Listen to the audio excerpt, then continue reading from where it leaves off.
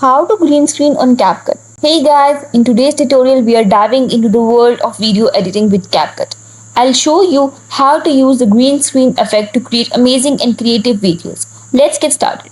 The first thing you all want to do is open CapCut and import the video. Tap on the plus button and select new project. Then import the video clip you want to use as your background. Simply drag the original video on the top layer and the green screen video on the bottom layer.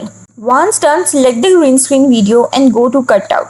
Here select Chrome key and then color picker. Select the green color and increase the strength. Then adjust the first video. Now let's preview it. Play back your video to make sure the green screen effect looks just the way you want it. Once you're happy with the result, tap the export button, choose your export setting and save your video. And there you have it. You successfully applied the green screen effect using CapCut. It's a powerful tool for creating all sort of creative videos. If you found this tutorial helpful, please give it a thumbs up and consider subscribing to our channel for more editing tips and tricks. If you have any question or need any further assistance, drop a comment below. Thanks for watching and I'll see you in the next video.